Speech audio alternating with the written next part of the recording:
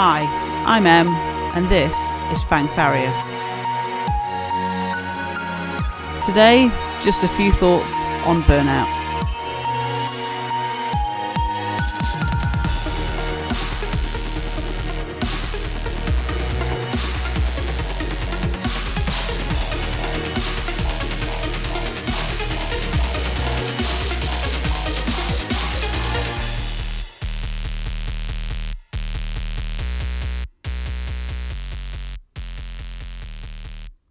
Welcome back. Took a bit longer break than I had intended. It's been a funny old year again.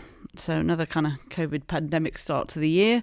It's been a few changes for me in terms of work, taking on a few more responsibilities and finishing up my positive psychology diploma, which is great, but it's always kind of puts you in the transition of what next. So I have been doing a bit of writing, but I've not been doing very much in the way of recording. And partly it's been because I've kind of lost my way a little bit, lost my direction. I've kind of come to the end of what I was doing with the diploma, and I'm looking for the next way forward, which is writing mainly. And I have started writing, but it's also been an exhausting year so far. I mean, we're only in May, and it just feels like I've done a full year already. I came back off the Christmas break into work and was full of energy and, go, this is going to be the year kind of thing. And it's just seemed so much has happened since then, so much to deal with on a personal and kind of work levels. It's been quite overwhelming and quite... I don't really want to say disappointing, but I feel disappointed would probably be the better way forward. It's not been what I hoped it would be. I've not achieved what I'd hoped to achieve. There's still, as with all of us in all our lives, just lots of things that are beyond my control. And just when you think you've maybe got on top of something, the next big thing rears its head to deal with, and it's been tough. So I've done some great things so far this year. I have decided to return to hockey.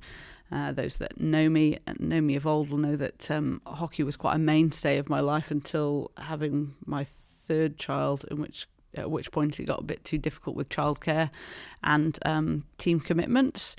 And then since then I've been on fitness journey elsewhere, but this year my 11-year-old decided to return to hockey, or start hockey. So I got kind of itchy feet and thought, yeah, no, this is the year for me.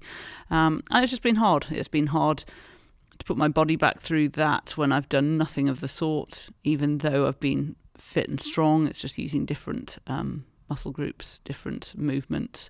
And that's taking a bit longer than I thought to kind of get into it. But I am thoroughly enjoying that, and that's great.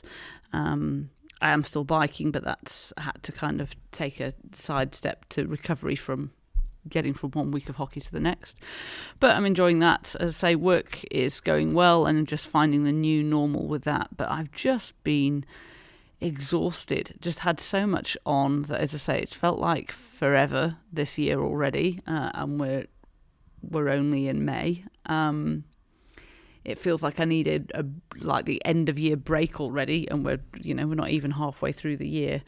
But I think the big part of it has been a fear of burning out again, that I've felt a lot of those warning signs, a lot of just feeling it around the edges, which comes with a couple of things. I mean, it's great to have the awareness and be able to put into place the things I know that have got me out of this place before, but it's also quite frustrating and, as I say, disappointing that I find myself back here. I think in life, when we've dealt with anything big that has felt kind of unfair or more than our lot, that there's part of us that just kind of tells ourselves that, well, maybe this is just our big thing. But those hits just keep on coming, and we just have to kind of roll with the next punch. But it's like after earthquakes. So like here in Christchurch, we have kind of the earthquakes, and then we had fires, and then we had some floods, and then we had a mass shooting, and you get to each next thing and you're like, enough already. Didn't we already deal with enough? Haven't I kind of proved myself enough, and now we're back here? And it feels a bit like that with the burnout side of things. So whilst I've talked a lot about burnout on here, I haven't really kind of gone fully into how I burnt out and what that felt like. And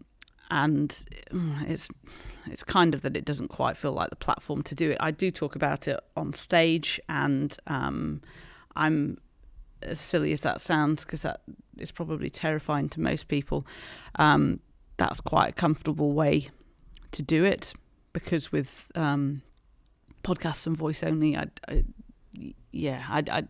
feel like I can kind of immerse myself more in it and do the story more justice. But the short version is that this kind of blogging and podcasting and doing videos and writing kind of came about from the recovery from that, and going from feeling broken and fairly useless and like a failure, to feeling quite angry that I hadn't been prepared for this better, or that there wasn't readily more help or resources out there.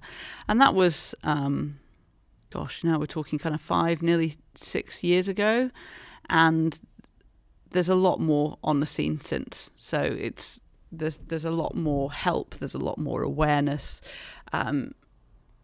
We're still burning out all left, right and centre, but I think that hopefully the consequences and the fallout of that is less severe, and that there are less, that we're managing to cope with it before we get to kind of the extreme ends of what dealing with burnout can look like for some people. So I've kind of come through all of that, and again, it was like, when you're just over the earthquakes and you get another massive aftershock and you think, surely not again, I don't think I can do this, is that part of my telling my story and sharing what I'm learning as I go along is that it felt like a nice complete package, in terms of a story arc, I guess, if you're really going to kind of look at it like that, in terms of having the thing happen, recover from it, coming back round, put myself back together. Here I am. It's great. Lesson to take back to the world is you can fix yourself, and life can be great again. And it's not that isn't the lesson to take back, but you want to stay in that spot. I feel quite the imposter talking to you about these things and feeling like I'm dropping back into it again, that it feels like not a recovery from, but in remission from burnout, that it's always there at the fringes and the edges, and I have to watch for the signs. And I think the hardest thing is that one of the main components of burnout is emotional exhaustion, and that you can have emotional exhaustion without being burnt out. But when you have been burnt out and the body remembers it as you go into that kind of exhaustion, the fears start to creep in that you're on this kind of descent that maybe you can't control as well as you would like, or that previously you couldn't control or hadn't recognised, and led to a particularly dark space.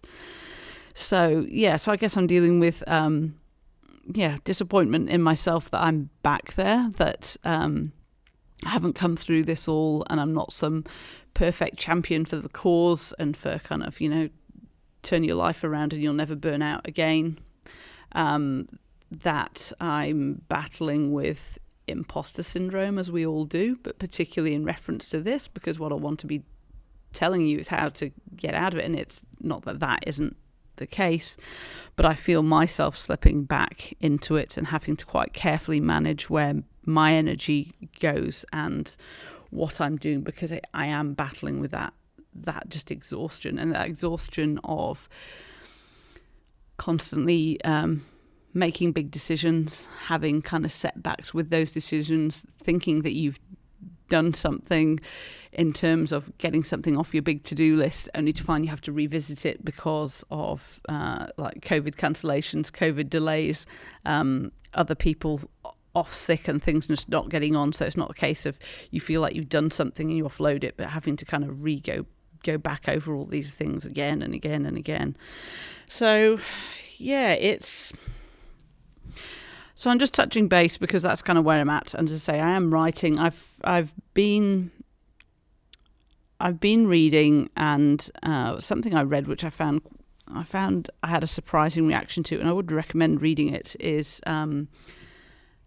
oh gosh, I haven't got it in front of me, but I think it's Adam Kay's book, This Is Going to Hurt, which they've filmed a TV series in the UK on now, which I believe is airing. But it's basically about an obs-and-gynae registrar and his journey through from finishing medical school to that point, to him essentially kind of burning out and leaving the profession.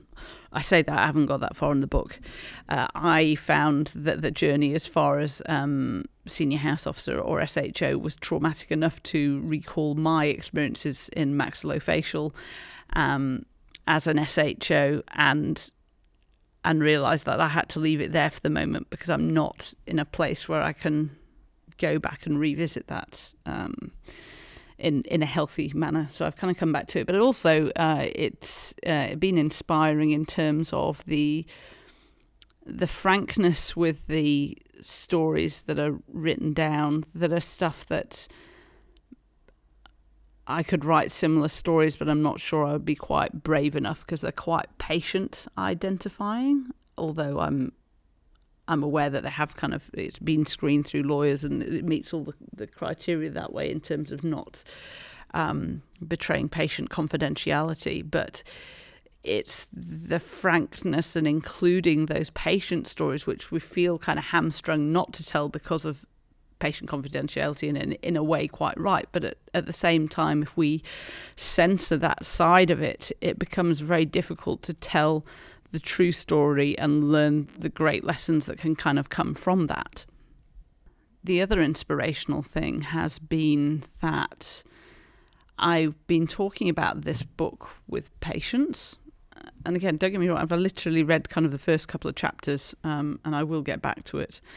But I think even more than it being an awareness and helpful tool for junior doctors, this is the book that is, it's been a massive eye-opener to the general public for what doctors are going through and what that system kind of puts us through. And I can see the benefit of that side of things, to be told from a dental point of view too, because a lot of people wouldn't believe our world without being in it, and that makes it hard to understand and to empathise with, and so much of our pressure can come indirectly from patients and their expectations and their preconceived ideas of our profession and what we do, and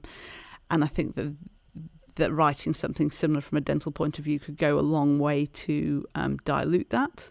It could also go a long way to getting me off the dental register, I'm not too sure. So anyway, I'm writing at the moment. What I write and whether or not it reaches publication is another matter entirely.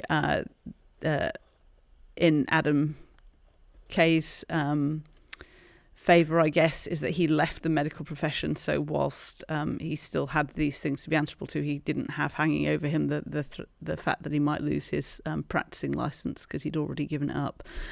But so no, that's where I'm at. I want to write a resilience toolkit, but I feel actually the first thing that has to come out is a story of where I'm at, how I burnt out, and that the recovery journey isn't a neat nice package where you can say, oh yeah, 2 years you'll be over it and you'll be back and you won't have any problems again, but talk about this recurrent nature of what we do and how it's going to ebb and flow with the stresses around us and the situations that go on, be that kind of life events, world pandemic events and things like that. So anyway, I've just been rambling, which I suppose isn't overly unusual for these podcasts, but rambling more so than I would normally.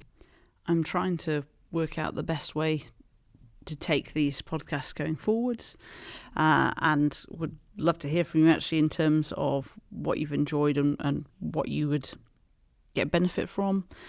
It's whilst it always feels like it's just me talking to me, it's more about kind of talking about things that help you guys.